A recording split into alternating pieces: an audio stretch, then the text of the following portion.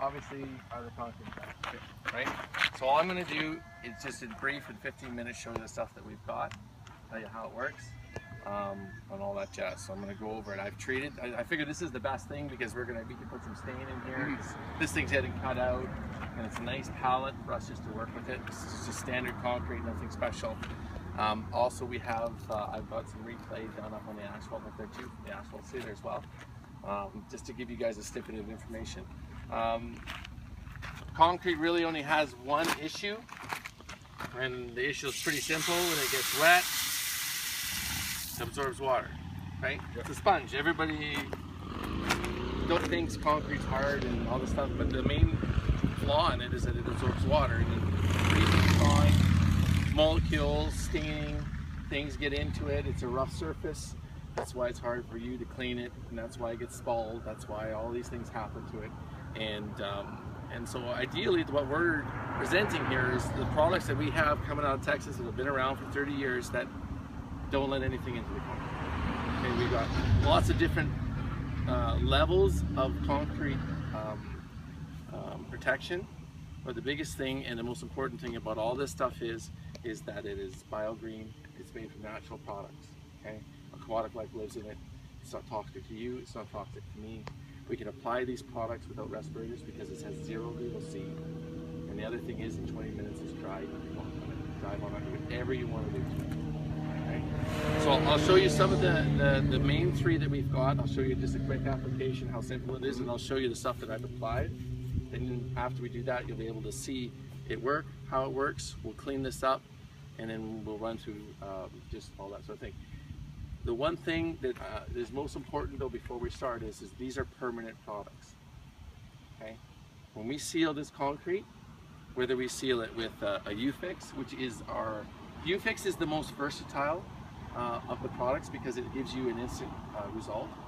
Okay, it's got some silicone-based molecules in it that helps it repel water, so it gives you that beading action. Okay, but again, it's permanent. So permanent being, if you're trying to put acrylic, not acrylic, but if you're trying to put an overlay or something on it, it's not gonna adhere to it because it's blocking it. Okay. The Pavix, which is what we generally recommend. We recommend for your sidewalks. Okay. Non-colored concrete product because the Pavix has 2 crystals in it: hygroscopic, hygroscopic. Okay. And what they do is they give you a bit of a vapor barrier, but they just give you a different kind of blocking so that it really doesn't let anything in. Now, we like that on commercial sidewalks because it doesn't bead.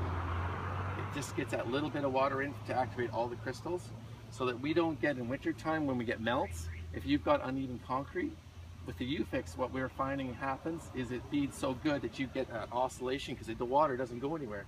And everyone, you know, that surface area of concrete, if you know how it works, will absorb probably 8 to 9% of the water on the surface, right? And it doesn't really let it oscillate.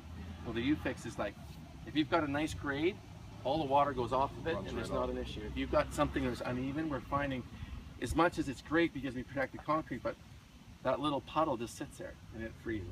You can kick it and it's gone, but it also gives you the possibility if there's a dip or something, that because it has to evaporate. It's the only way it goes. Right. It can't get soaked in.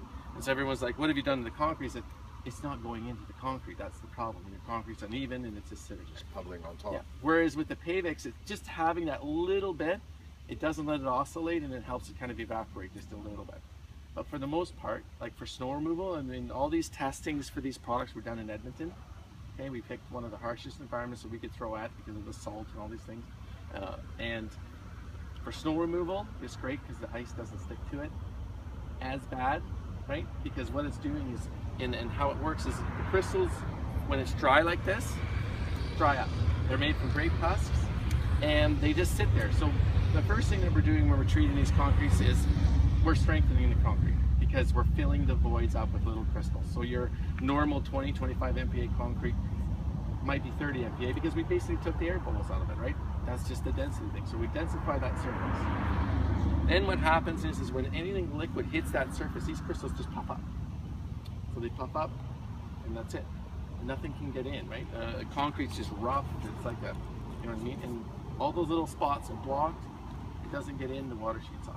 That's how they work. So there's no way for the ice to adhere to it. So No, like they do stick to it. I don't want to say that it's like Teflon. Right. But what I'm saying is that it's probably 50% easier. And that was just like a byproduct of, we're sitting here and we're like, well, look at the ice, especially on the U-Fix, because the silicone, it just off it goes. But the main reason, that's not the main reason why we want to say treat. The main reason is because of spalling. A lot of what we do with Alberta infrastructure and all this other stuff is about infrastructure protection. Because when we protect this stuff and you don't have to replace it every 15 years, and we can make it last 50, 60, 70, 80 years, because when concrete can't get penetrated and you're not getting staining, and you're not getting spalling, you're not getting cracking, you're not getting deterioration, basically that slab has to deteriorate from underneath. And so if that's happening, there's other issues, right? I mean, we think. Would it be then, is it, you're saying it's feasible to do on sidewalks? Absolutely. Yeah. Like for you guys in commercially, and again, we have been doing a lot of work with the city of town of Grand Forks, right? Because they've been adopting a lot of the stuff that we're doing.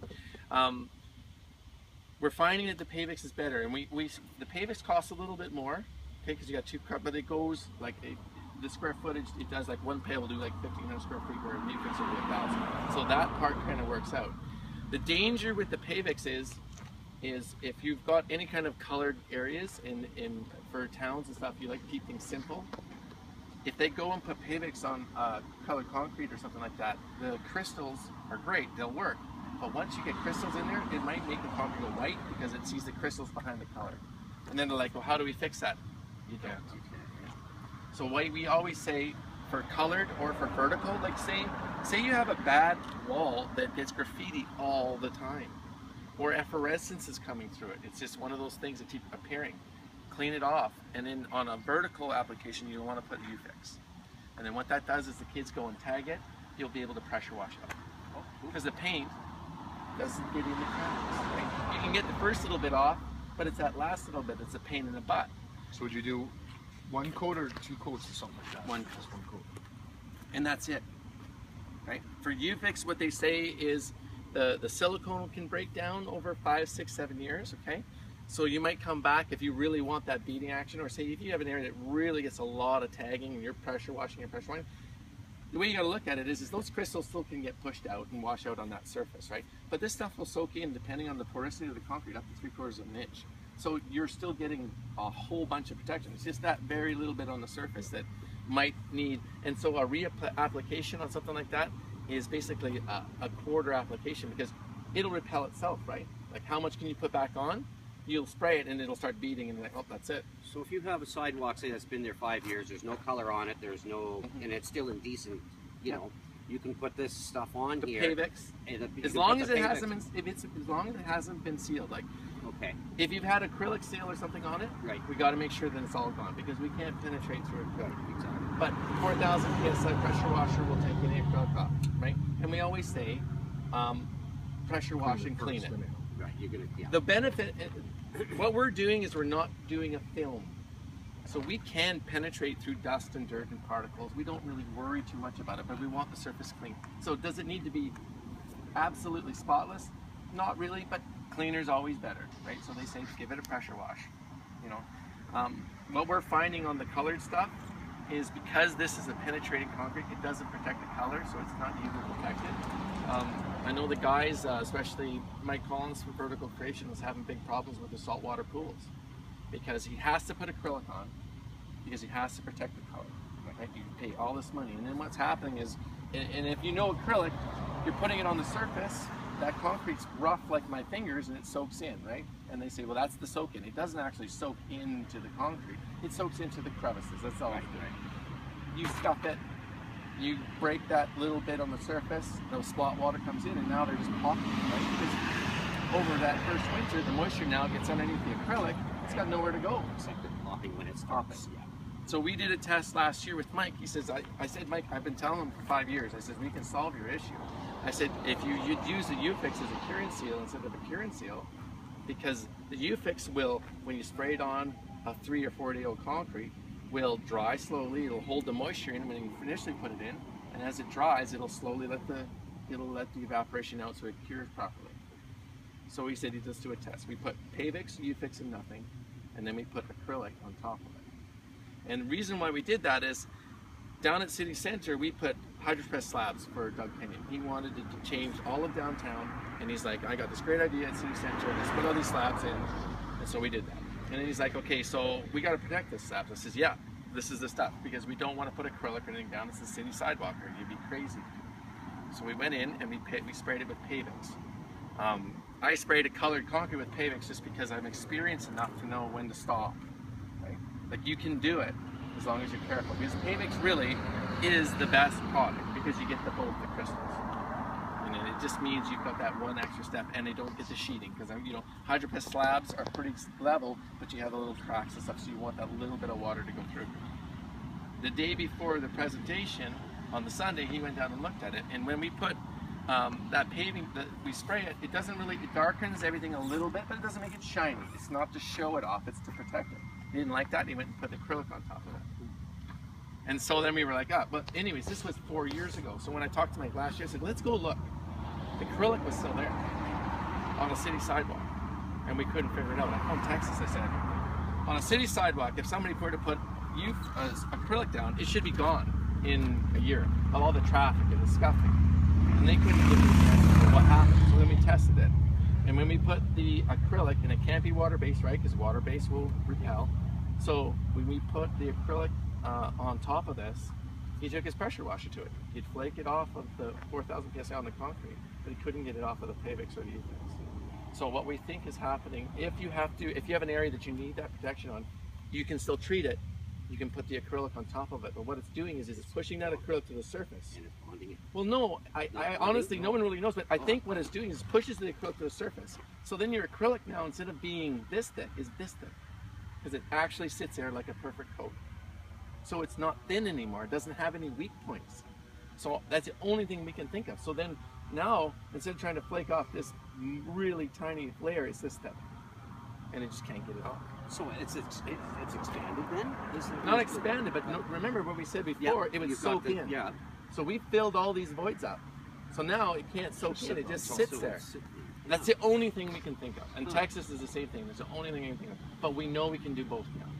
Right? We can do both, and if you really need it, you can do it. So I'll give you a quick demonstration. We've got penetrating stuff, okay? And your typical products, okay? I have Sofix in this bottle. They're all really similar, okay? The other thing that we learned last year from Texas, they let out of the bag, is I can take Pavix, and if I want to put a little Ufix in it, I can make my own kind of hardness. If I got an area that is just like I say, a really damp area, it's really leaking through, I can take a little bit of Sofix if I want and mix it 50-50 with Pavix and increase the crystals. That's getting kind of crazy, but you can do it if a person really wants to start working with it and make something that's special. Sofix. So say like on a foundation wall, a retaining wall, you got cracks in it, and that moisture is leaking through.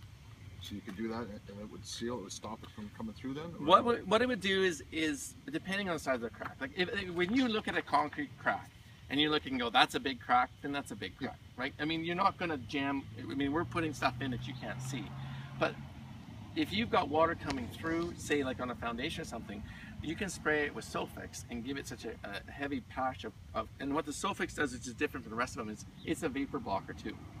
So the Sofix is got the most concentrations. It's about 100 times more concentrated than the Pavix and Ufix. They use this in the States for water towers. So they'll build those concrete things. They'll buy a pail of this stuff. They'll go in and spray the inside of it and then fill it up with water. Because Sofix is 100% water.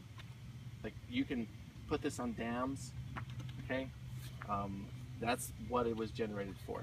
Like, we did a repair last year at the Ramada pool. They put a pool inside of a pool. They did it all nice, and Mike went in and he puts Ipex in, right, to make sure that the water protected. There we go. But it's a commercial pool, right? Those guys are putting so much chemical in, it was eating the sides away, and it was deteriorating this Ipex to the point where they just had dirt at the bottom of the pool all the time. So then we drained it. We gave it a pressure wash, cleaned it all up, and we sprayed the whole thing with Sofix.